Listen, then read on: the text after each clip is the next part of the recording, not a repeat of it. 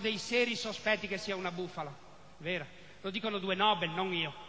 Mullis, premio Nobel per la chimica. Duisberg, il più grande microbiologo del mondo, dice che l'AIDS, sindrome di immunodeficienza acquisita, non è causato dall'HIV. L'HIV nessuno l'ha mai fotografato, e quando a Gallo gli hanno detto portaci la prova che esiste, lui ha detto è un virus strano. Ma come strano? Si muta!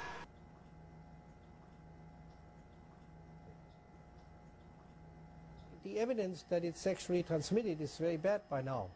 It was predicted if it's sexually transmitted, it would spread in the general population. Because after all, sex is the basis of life. Prostitutes would be at high risk of getting AIDS for their business. That's their life to have sex. They make a living out of sex. And they don't die from. C'è uno studio in Cina, è stato fatto appunto, raccolti dei dati epidemiologici sulle persone che praticano sesso non protetto nei gay bar. Nemmeno un caso di HIV. Y nos fuimos a ver a un virólogo de Barcelona. Como tampoco él podía responder a todas esas dudas que teníamos, llegó un momento que dijo, mira, os voy a decir una cosa, y esto tiene que quedar aquí, no puede salir de aquí. No se sabe nada del virus, no se sabe ni cómo infecta, ni el tiempo que tarda en infectar a una persona, ni siquiera se sabe si existe. Y esto que os acabo de decir, si lo volvéis a repetir, os tendré que incluso denunciar porque yo me estoy jugando mi carrera. That's the nature of the HIV test kit. The test kit manufacturers, Abbott Labs and the 33 others that make these test kits, all say on their package insert that this test, originally made to check the blood supply for transfusion patients, cannot be used to detect HIV.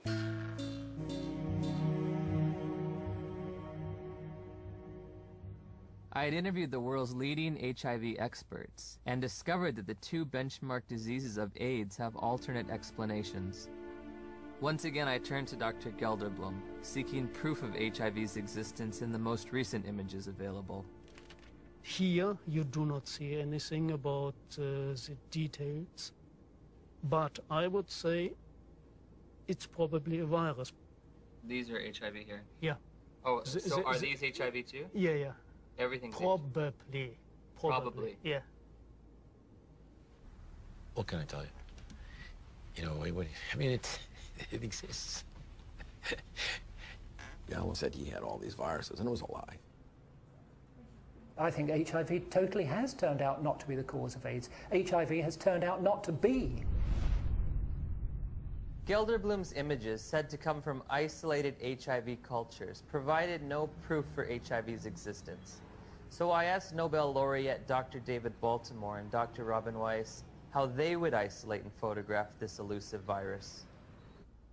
Well, didn't Dr. Gallo do that? I mean, he actually isolated it, so... Yeah. I mean, why should I do all of this? This is all textbook stuff you're asking me. I'm not quite sure what's behind your question about isolation. I don't want to be your textbook, you know? Okay. I got other things to do. They're embarrassed. The scientists have been embarrassed about this. They know that it's flawed. Millions of people take tests that are referred to as HIV tests. However, the idea that there is a laboratory test that can determine whether or not a person is infected with the virus is simply an illusion. The FDA has never approved a test kit that claims to be used for the purpose of diagnosing HIV infection.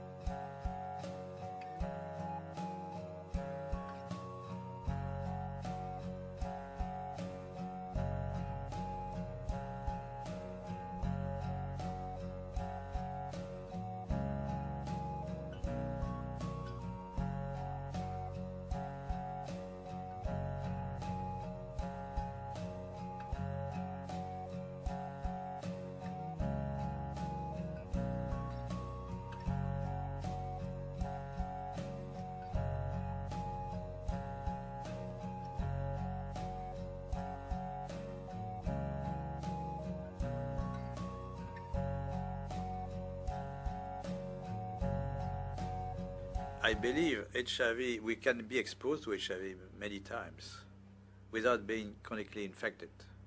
Our immune system could get rid of the virus within a few weeks if you have a good immune system. Somebody was looking at the blood of an AIDS patient and finding it crawling with some new organism and said, hey, this is this virus that we call HIV now. All kinds of diseases started coming into the AIDS family faster than anyone should have been comfortable with, really.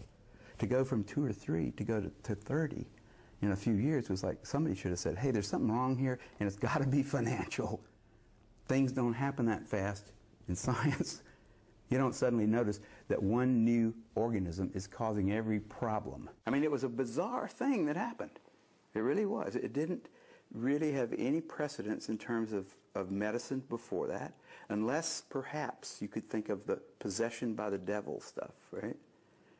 You see, once you're possessed by the devil, anything that happens to you or anything you do is got to do with that, right? So it makes it easier for you to get tuberculosis, and it makes it easier for you to get uterine cancer. It makes it easier for you to get Candida albicans. And so all those things can now be called AIDS. Now, why would anybody do that?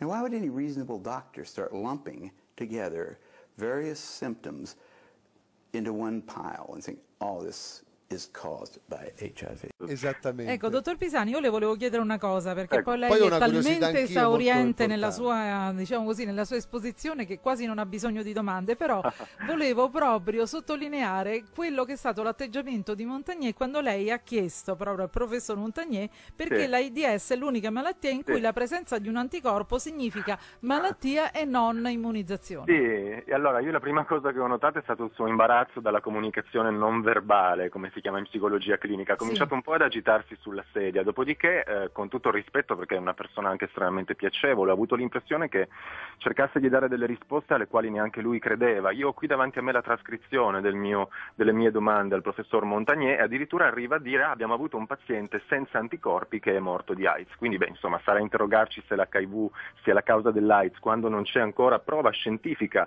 e sfido chiunque all'ascolto, anche gli specialisti, costa poche centinaia di euro e richiede un paio di giorni.